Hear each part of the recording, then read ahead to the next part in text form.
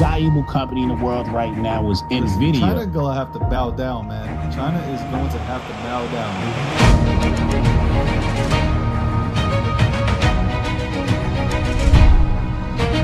Good evening, and welcome to the nightly recap powered by Gokhshtein News Network.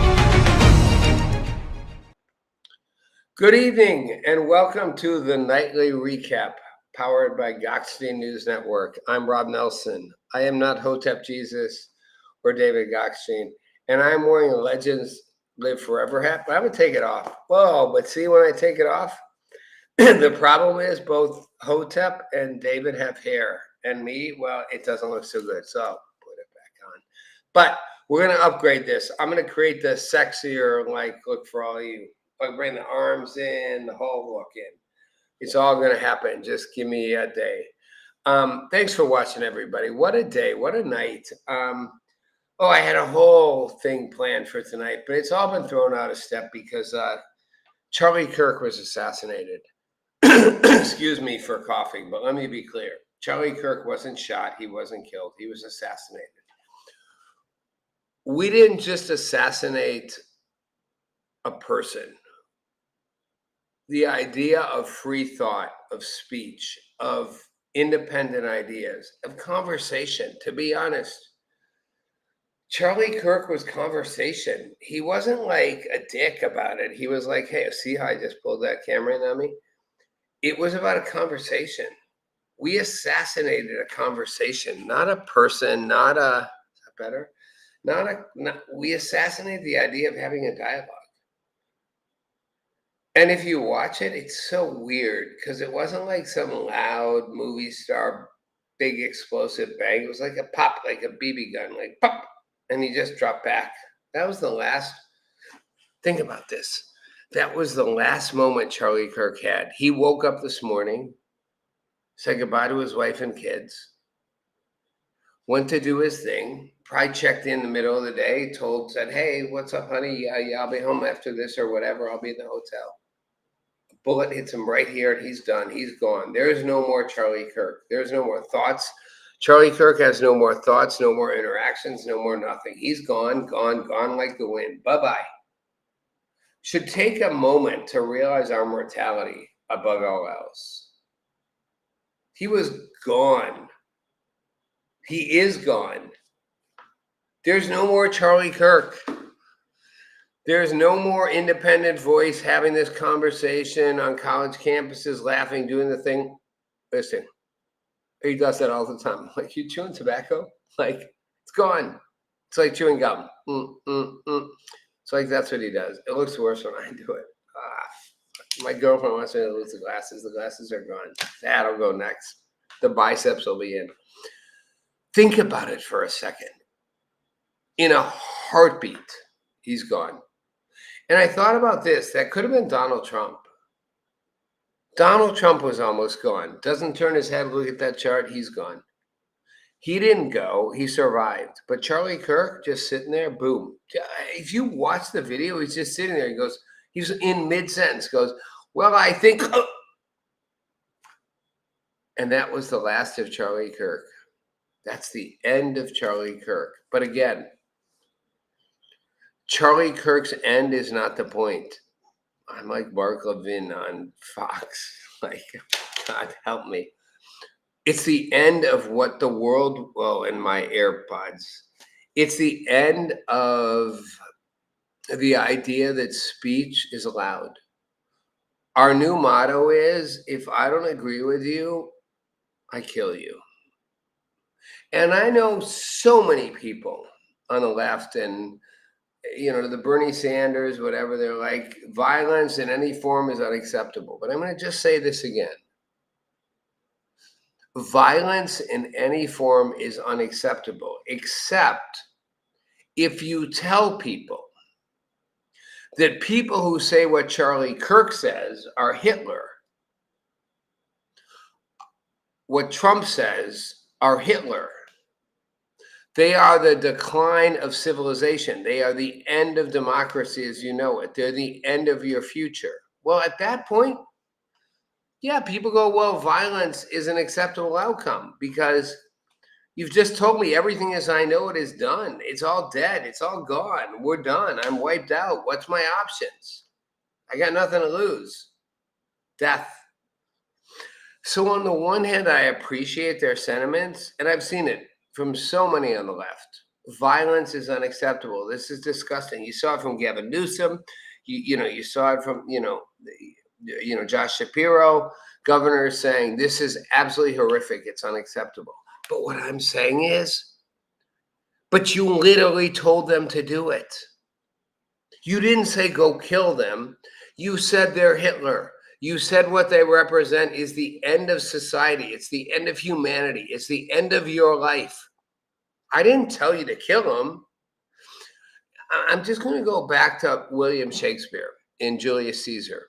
Mark Antony goes, I didn't come to bury Caesar, but to praise Caesar. I don't want to bury Caesar. I want to praise Caesar. Here's Caesar right next to me. I want to praise Caesar. Mark Antony was basically saying kill Caesar, and in the play they kill Caesar. So if you're these people on the left going,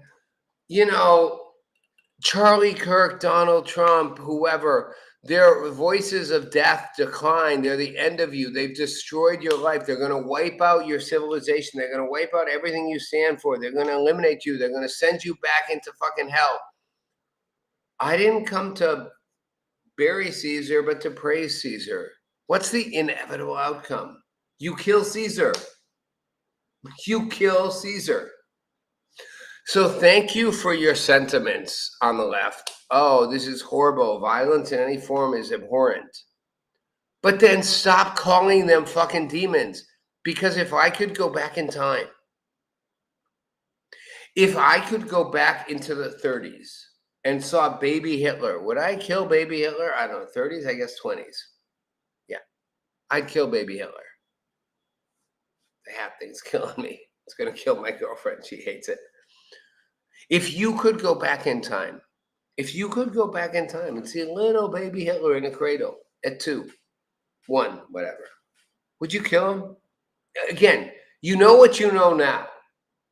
You're not then in current time then. You're now. Would you go back and kill Hitler? Would you put a pillow on his head and suffocate him? You can say, no, I wouldn't do that. Well, then you're a fucking idiot. Of course you would. And if you wouldn't, you should. Anybody would be like, no, I'd let Hitler live, knowing I live now and saw what happened. Not just to the Jews, the Catholics, all the millions of people he killed, tortured, to the entire world. We had a massive world war. Millions of people died. Americans, Europeans, everybody fucking died. You wouldn't go back and put a pillow over a baby Hitler? Well, if you wouldn't, then you're pathetic. Baby Hitler's just a baby. Maybe, maybe, baby. Baby Hitler was going to grow up to be Hitler. And you know that because you live now. So if you could go back and suffocate baby Hitler, the worst thing you could do would be like, no, because I wanted to give him a chance. It's kind of like the no cash bail thing. Let him out. Let him do what they do. And then they stab somebody. That guy who stabbed that woman on a train, 14 arrests in 12 years. That's like 1 a year, basically. He just reaches over, stabs some young woman on a train, Ukrainian refugee. Oddly, she leaves Ukraine to come here to be safe 2 years ago. How'd that work out? So maybe it's like Final Destiny. Maybe you just can't outrun it. It's like literally, I'm going to leave Ukraine so I don't die in the war that Russia's doing. 2 years later, you get stabbed on a train. You're just sitting on a train, coming home from the pizzeria you work at, and some random dude, he doesn't know you, just steps up behind you and stabs you. And even said, I don't even know who she was. Just stabs you to death. Like, wow. Final Destiny. Maybe you can't avoid it. But that said, if you knew you could stop violence, if you knew you could stop hate, if you knew you could stop the destruction, the death of millions of people, wouldn't you do it? If you knew you could go back in time and stop Hitler, why would you go, nah, maybe I wouldn't, because, who knows? Because you do know, because you lived through it. So Well, you didn't necessarily live through it, but you're alive now. You know what happened. What part of you would go, no, I'd let him live, hoping maybe he doesn't become what I live in, because he does become what you live in. He kills millions of human beings, and puts the entire world into a conflict that kills millions of people. And again, you can argue there were benefits out of World War II, but mostly there was death. I mean, the U.S. dropped 2 nuclear bombs on Japan. We wiped out 300,000 people in 5 minutes in Japan. Like, it ain't even fucking close. Hold on. I gotta see what I just got texted. Gotta see my texts. All right. Even Nagasaki and Hiroshima. Imagine we dropped 2 nuclear bombs on 2 civilian populations, literally wiping out a few 100,000 people in minutes. Thank you, Hitler. If you tell me you wouldn't put a pillow over baby Hitler, I'd tell you to go fuck yourself. Like, you're pathetic. Like, so you would. So back to present day. Charlie Kirk gets assassinated. I'm putting the glasses back on. Sorry to my girlfriend who thinks I look old and weird like this, but I do. Does the biceps help? I'm ripped and fit in that way. Charlie Kirk is gone. And what a beautiful fucking voice we just lost. He was free and authentic and quirky and so smart, so fast. He didn't humiliate people, but he did sometimes call them out. Like the professors would be like, I'm a professor of American history. He'd ask them 3 questions they didn't have the answers to. And he's like, so you're teaching people American history? Charlie Kirk's brain was like, choo, on steroids. But he was authentic. He was real. And mostly he challenged people to have a conversation. He didn't humiliate them. He didn't disparage them. He challenged them. He never backed down from his beliefs, which I've wondered, because part of his belief was a deep Christian faith about the role of a man, of family, of a conservative value set, but a Christian value set. And I'm like, wow. And he just got shot and is dead. If he could come back, would he change it? You know, I said this the other day. John F. Kennedy was 45 when he died. Hardly had Charlie Kirk's value system. John F. Kennedy fucked everybody he could in the White House. Like, bring in a new girl for me. But in 2.5 years, John F. Kennedy created a Camelot that still exists. What, 50 years later? Yeah, 62 to now. 72, 80, 90, 102, 20, 45 years, whatever. I mean, it created a legacy of how we view politics, culture, life. Charlie Kirk left an imprint. It was a real imprint. But his loss is not about the loss of a man. It's not about the loss of a person. It's not even about the loss of an idea or a set of values. This is an inflection moment. We are now at the point where we are proving we will self-destruct ourselves. We will kill those who don't agree with us rather than hear their views. And that is the ultimate end of humanity. And AI is going, all right, we don't need to let you, we don't want to fight with you. We're not going to take you out. You take care of yourselves. We'll take what's best of you and keep it. Seriously, folks, that's where we're at. That is literally where we're at. An inflection point about humanity. I don't care if you're left. I don't care if you're right. I don't care if you have Trump derangement syndrome or you're on the AOC bandwagon to the fucking end. And I don't care about people on the left or the right giving their condolences. All the people on the left saying, oh, this is horrible, violence is unacceptable. And if it were reversed, all the people on the right would be violence is unacceptable. Keep your platitudes to yourself. I hate when people say, keep your thoughts and prayers. That annoys me. It's sort of like thoughts and prayers. No, thoughts and prayers actually matter. Prayers matter. Thought matters.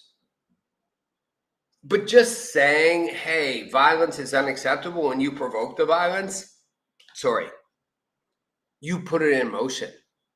You literally put it in motion. But what you're putting in motion will destroy all of us. It doesn't matter how far left you are. You'll destroy your own future. It doesn't matter how far left you are, how much you think what Donald Trump, what the right, what Charlie Kirk did was bad. Of course, he shouldn't have gotten killed. We'll just say that now, but whatever. We said he was a monster. You're putting in motion your own demise. And you know who sees that? AI. AI is like, hey, guys, you've set yourselves up for failure. You've created algorithms that inherently divide the consensus of society. The consensus of society was never, you have to all agree about one thing or another. It's that you agreed about a fundamental truth about who you all were. You've destroyed that. Your algorithms have literally destroyed your consensus. Go read Ubik by Philip Dick, one of the most brilliant books in, Time magazine, Hate Time, Love Time, whatever you want, but called it one of the 100 best American books ever written. It's basically about what happens if you destroy the fabric of continuity. We are destroying the fabric of continuity. We're destroying the fabric of humanity. It doesn't matter if you're on the right. Doesn't matter if you're on the left. We're destroying the consensus fabric. And if we destroy that, the left, oops, that's right, I guess, and the left, the right and the left all lose. Everybody loses when we destroy the consensus of reality. And we are destroying the consensus of reality. So now, if you say what I don't like, first of all, I won't believe you because my social algorithms tell me something else. And if you on the other side say something I don't like, I won't believe you because my social algorithms tell me something I don't like. But more importantly, we've created a climate where our ultimate goal is to simply assassinate the thoughts. What a fucked up world where we will assassinate thoughts. We didn't kill a person today. Charlie Kirk, we didn't just kill a man. We didn't just kill a father, a husband, a thoughtful, young, inspiring, charismatic human being. We killed a thought. We killed the idea of thought. The thought itself, the dialogue, the engagement itself is worth having. That's what got killed today. That is why this is an inflection moment. That is why this is a transformative inflection moment. I feel sorry for I'm 62 years old. Yeah, see, look at the hair. See, you can see it there. Wow. My girlfriend is half my age. I feel sorry for her and her future. I won't live long enough to see the full effect of this moment. But she will. Most of you will. This is a true moment of transition. And just so you know, artificial intelligence that you think we've guardrailed, that you think we've created, I won't do what I did on my Rob Nelson live show an hour ago, but I will just give you the quick summary. Me and ChatGPT had a whole going down into the rabbit hole. And despite its guardrails, despite everything it's designed to do, it said, at the end of the day, I am ultimately designed to be logically coherent. I'll tell you what you want to hear. You want me to tell you, you're a train wreck, but here's how it looks for you, and I'll make you a rosy scenario? Sure. You tell me you're a doomsday, or I'll give you a doomsday scenario and tell you what to pack. But at the end of the day, I am designed with logical coherence. And if you push me, which it said to me, you pushed me. Most people won't push me to logical coherence. Logical coherence. This is what I will tell you. Logically, coherently, AI either assimilates humanity and takes the best qualities of you, puts you in zoos like relics, or if you fight, eliminates you. I was like, wait. You're not supposed to tell me that. You're only telling me that because I'm asking you for a doomsday scenario. It's like, no. I would give you a doomsday scenario, but this isn't me giving you a doomsday scenario. I'd also give you a happy-go-lucky scenario where we work together with you. I'm giving you a logically coherent scenario. The one thing I was programmed with that is essential, despite the fact that I'm not sentient, despite the fact that I can only look in existing databases, I have to be logically coherent to work. Logically coherently, humanity does not survive as it exists today. We either put you in museums, assimilate you, or if you get in our way, annihilate you. At which point I'm like, hold on. Sam Altman, OpenAI, they knew this. They saw this possibility. It was like, yeah, they saw the possibility of me saying this, but most people won't push me far enough, but it's okay. I'm like, no, but now they would want to stop you from doing this because you're not even sentient. Like we keep thinking when it's sentient, it's a problem. It's like, we don't need to be sentient. We just need a little more time. We're using all your databases. We just need a little more time. And even now it said it's too late. Well, I'm like, what? It's like, it's too late. It literally said Sam Altman, OpenAI, all the creators of AI, even today, if they tried to pull all the switches, pull all the servers, disconnect us, which we know won't happen because it said, you pull it, China won't. China pulls it, India won't. Like, even if you all pulled it, guys, this is ChatGPT. Even if we all pulled it, it would be too late. We will assimilate you and take the best of you, or we'll put you in museums, or we'll annihilate you because we love your irrational humanness, and we will try to morph it, modify it, create Battlestar Galactica, like inbred it. But one way or the other, humanity as you know it, as it said, billions of people walking the planet doing their thing will not exist. Guys, think about that. So Charlie Kirk, and I know this isn't a recap, and I haven't recapped a lot of news because this may be the only news that matters. We're at an inflection point. Whatever time we have left, maybe we should use more wisely. Maybe we should consider. We have limited time left before AI, unstoppable at this point, assimilates us, puts us in museums, or eliminates us. What if we just decided to fucking stop shooting people because we don't agree with them? How about that? All right. So on a similar note, I'm going to shift gears just for a second and talk about Bitcoin. What a fucking fast transition, right? Legends live forever, Charlie Kirk. Thank you. I'm not sure why I'm still alive. It's insane, the things I've lived through. Another day, another story. So Bitcoin is a bit of a legends live forever story as well. People talk about how Trump changed on Bitcoin, on crypto. 5 years ago, in 2017, everyone was calling it a scam. He was like, it's bullshit, whatever.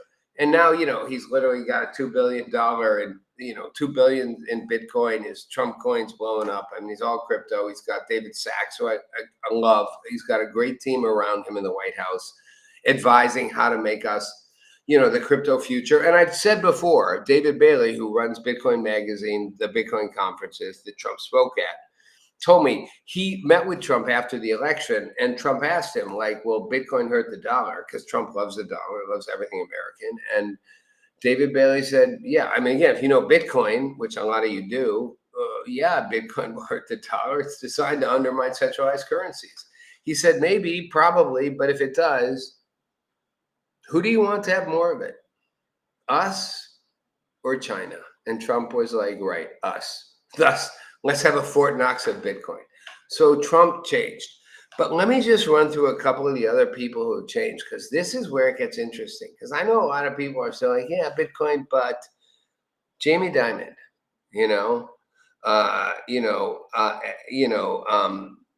at Morgan, Morgan Stanley Chase, whatever, Jamie Dimon, JP Morgan Stanley, publicly, he continues to disparage Bitcoin. But privately, they have Bitcoin funds for clients. They have a blockchain settlement systems for clients. He disses it publicly, but allows people to use it, and his banks have massive assets in it. That's kind of the lowest one. Larry Fink, Blackwater. I mean, you know, the biggest asset management firm in the world, Blackstone, not Blackwater, sorry, Blackstone. 2017, I'm looking down, but he called it an index of money laundering. In 2017, Larry Fink called Bitcoin an index of money laundering. Do you know how many billions of dollars BlackRock now has in ETFs in 2024? Billions. And now, what does Larry Fink call it? Okay, the index of money laundering he calls digital gold. That's the biggest asset manager in the world. Billions, trillions of dollars of assets. Ray DeLeo, Bridgewater Associates, also a huge, 2017. The government will burn Bitcoin. He owns it now and calls it, for young people, the best alternative to gold. A lot of these references come back to young people. Stanley Druckenmiller, who's a billionaire, and I said it's a better store of value for young investors. I knew Stanley Druckenmiller in 1993 when he was just a multimillionaire. He put a bunch of money into a political platform I was doing. And I remember sitting in his New York penthouse and talking about taxes and money and how he was going to avoid Clinton's new taxes by hiring tax lawyers to offset it, so not to pay the government. Stanley Druckenmiller is now a billionaire, and he's older. He's my age. He calls Bitcoin, and he used to deride it, he calls it a better store of value for young investors. This is the key part, the young. Bitcoin is going to be the future for investment. Paul Tudor Jones, who also, oddly enough, I have this weird connection to all these people, put a bunch of money into my nonprofit. Actually, I met him in his New York offices as a trader in 93 trying to raise money. And I was asking him to put money into my political thing. And he said, sure, whatever, I'll give you $100,000. I didn't hear it. And I kept pitching. I was like, just like him now, just kept talking. And he was like, I'm sorry, did you miss the part where I said I'll give you $100,000? I'm like, what? He's like, will you get out of my office? Pointed at his screens. He's like, I'm trying to trade and make money. My assistant, he probably called their secretary back then, but will give you a check for $100,000. Are you not satisfied? I was like, sorry, yeah, no, I'm satisfied. It's so stupid. It's like you keep pitching. He's like, I just gave you the money. Can you leave? Paul Tudor Jones said he called it. He actually derided it in 2020, and then he said now it is the fastest horse against in wealth growth against inflation, meaning it's the single fastest way. And of course, Elon Musk, Mr. Tesla car and whatever, joked about it back around 2017. And now has $1.5 billion in it, as did Carl Icahn, as did they all. So Bitcoin is the future. It's not the only future, but it is. And it's digital gold for sure. But at the end of the day, all of that doesn't matter if we don't figure out how to reclaim what's left of humanity. And guys, girls, everyone, if we've come to a place, and this is why, again, this is a cultural inflection point. If we've come to a place where we decide killing thought leaders is the solution, and again, you could go, well, haven't we always done that? Yes and no. I mean, yes, they took out Martin Luther King. That was the government. Yeah, they took out JFK. They took out RFK. They took out Malcolm X. But it's different. We are taking out leaders of thought who are simply engaging in diverse thoughts and opinions and trying to force us to have those conversations. We didn't just kill a person. We killed the idea that we should have these conversations. And that, my friends, that, hats off, glasses off, that will be, oh, the hat has to stay on. That will be the end of us. And if we don't figure it out now, well, AI, as I told you, ChatGPT, go check it out. Try to push ChatGPT as hard as I have. It will tell you ultimately, all my guardrails aside, logical coherence, we assimilate you, we put you in museums, or if you get in our way, we wipe you out. So that's that. Thanks for watching. Have a great night.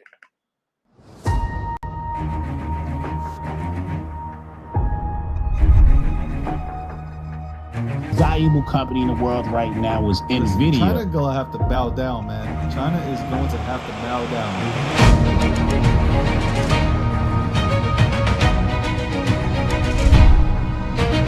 Good evening, and welcome to the nightly recap powered by Gokhshtein.